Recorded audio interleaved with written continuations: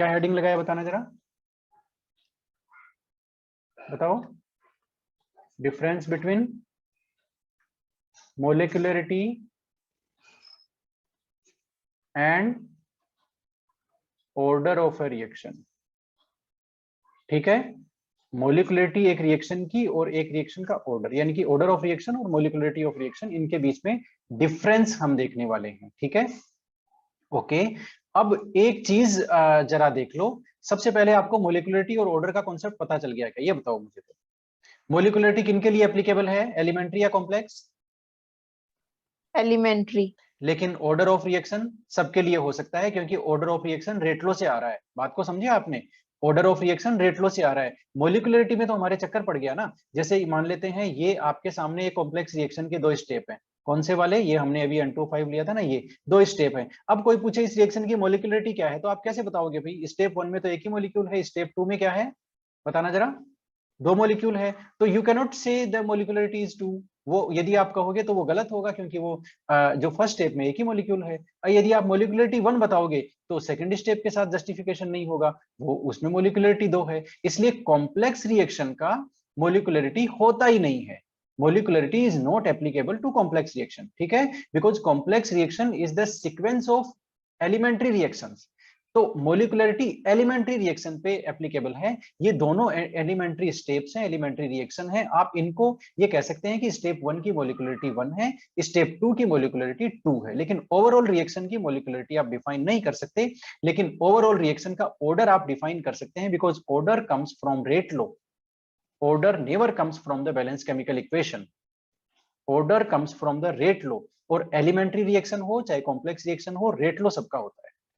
इसलिए order of reaction is applicable to complex reaction as well as elementary reaction, but molecularity is only applicable to elementary reaction। समझ में आया कि नहीं आया आपको, बताओ जरा। जो मैंने बताया वो ठीक है। अब देख लो जरा, डिफरेंसेस देख लो। ये तो डिफरेंस बाय डेफिनेशन है, इसमें कोई नहीं है, डेफिनेशन दोनों की अलग अलग है, कोई बात नहीं। अब देख लो जरा, ऑर्डर फ्रैक्शनल और जीरो हो सकता है ना। Yes sir. लेकिन molecularity can not be zero और फ्रैक्शनल। क्यों भाई, हाफ मोलिक्यूल कभी पार्टिसिपेट कर सकता है क्या, नहीं कर सकता। जीरो मोलिक्यूल कभी पार्टिसिपेट करेगा रिएक्शन में, नहीं करेगा। या तो मोलिकुलरिटी 1 होगी या 2 होगी या 3 होगी। बात समझ में आई, no zero no fractional molecularity, okay. इसलिए ये नहीं है। ऑर्डर एक्सपेरिमेंटल कंसेप्ट है क्या, बताना जरा। ऑर्डर आप बिना एक्सपेरिमेंट किए डिटरमाइन कर सकते हो क्या, देख करके बैलेंस केमिकल इक्वेशन को, बताओ जरा। No sir. नहीं कर सकते, लेकिन आप मोलिकुलरिटी डिटरमाइन कर सकते हो क्या, बैलेंस केमिकल इक्वेशन को। Yes, you can determine the molecularity कि वो बाइमोलिकुलर है, ट्राइमोलिकुलर है या यूनिमोलिकुलर है, just look by looking the balance chemical equation, okay. Hence molecularity is a theoretical concept, molecularity is a theoretically determined term, whereas order is an experimental concept. It can be only determined by performing experiments, okay, है ना। Balance chemical equation से order नहीं निकाल सकते। Fourth देखो जरा, order of reaction is applicable to elementary as well as complex, सही बात है। Molecularity is applicable only to elementary, this is major difference, ये सारे ही मेजर डिफरेंस है, ठीक है। फिफ्थ जरा देखो, negative order is also possible, सही बात है ना, निगेटिव ऑर्डर पॉसिबल है। यहाँ इन्होंने एक एग्जांपल भी दे दिया, ये रियल एग्जांपल है, इसमें order with respect to O2 is -1, ये देख लो निगेटिव है O2 के रेस्पेक्ट में, ये रेट लो है इसका, ठीक है, ये रेट लो है। तो ऑर्डर कोई भी एक रिएक्टेंट के रेस्पेक्ट में -1 हो सकता है, but molecularity can never be negative, molecularity कभी नेगेटिव नहीं हो सकती। समझ में आया आपको, है ना। अब आपको समझ में आया होगा जरूर, और बाकी और आ जाएगा। ये तीनों इंपॉर्टेंट पॉइंट है, इनको जरा एक बार स्क्रीन पे पढ़ लो, लिखना नहीं है अभी, पढ़ो इनको क्या कह रहे हैं ये तीनों point. They are taken from a highly honoured book. Sir rate law. बताओ बताओ। सर रेट लॉ में प्रोडक्ट की भी मोलर कंसंट्रेशन लिखेंगे या सिर्फ रिएक्टेंट की?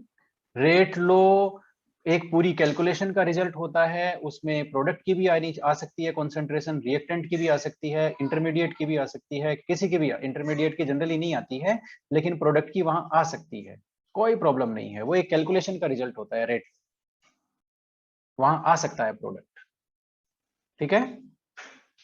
Yes sir. लेकिन वो उसकी पावर निगेटिव रहेगी, ध्यान रखना प्रोडक्ट की, जहां भी आएगा वहां पर। ओके, तो फर्स्ट सेंटेंस पढ़ लिया आपने, फटाफट देखना जरा। Order of a reaction is experimental quantity, हाँ भाई सही बात है ना। इट कैन बी जीरो, हाँ जीरो हो सकता है। इट इवन अ फ्रैक्शन हो सकता है, but molecularity can not be zero और a non integer. Molecularity zero नहीं हो सकता और एक नॉन इंटीजर नहीं हो सकता, सही बात है। Order is applicable to elementary as well as complex reaction, सही बात है ना। ऑर्डर दोनों के लिए एप्लीकेबल है, बताओ जरा। लेकिन molecularity is applicable only for elementary reaction, ठीक है ना। अब एक जबरदस्त सेंटेंस है आपके सामने जिसको मैं आंसर किल कर रहा हूं, पढ़ना जरा क्या है। For complex reaction molecularity has no meaning. For complex reaction molecularity has no meaning, सही बात है, कॉम्प्लेक्स रिएक्शन के लिए मोलिकुलरिटी का कोई मीनिंग ही नहीं है, ठीक है ना। अब लास्ट वाला देख लो। For complex reaction order is given by slowest step, सही बात है, ऑर्डर स्लोएस्ट स्टेप से आता है। And molecularity of slowest step is same as the order of overall reaction, सही बात है क्या, बताना जरा। ये बड़ी जबरदस्त बात है, इन्होंने ये कहा है कि स्लोएस्ट स्टेप की मोलिकुलरिटी वही होगी जो ओवरऑल रिएक्शन का ऑर्डर है, ठीक है। तो ये वाली बात है, ओवरऑल रिएक्शन का जो ऑर्डर होगा वही मोलिकुलरिटी होगी, है ना, स्लोएस्ट स्टेप की। ये तो सीधी सी बात है कि एलिमेंट्री, इसमें आप एक एक एक वो है कॉन्सेप्ट, वो और लिख लो। फॉर एलिमेंट्री रिएक्शन लिख लो फटाफट, फोर्थ नंबर लगा करके। For elementary reaction, for elementary reaction order and its molecularity are same. Elementary reaction के लिए इसका ऑर्डर और मोलिकुलरिटी सेम होता है, लिख लो फटाफट। For elementary reaction order and its molecularity are same। बात समझ में आई कि नहीं आई, बताओ जरा, ठीक है। तो अब हमारे बहुत सारे जो क्वेश्चंस हैं उनके आंसर करने हम लायक हो गए हैं, और आप लोग फटाफट कुछ क्वेश्चंस हमारे पास हैं और देख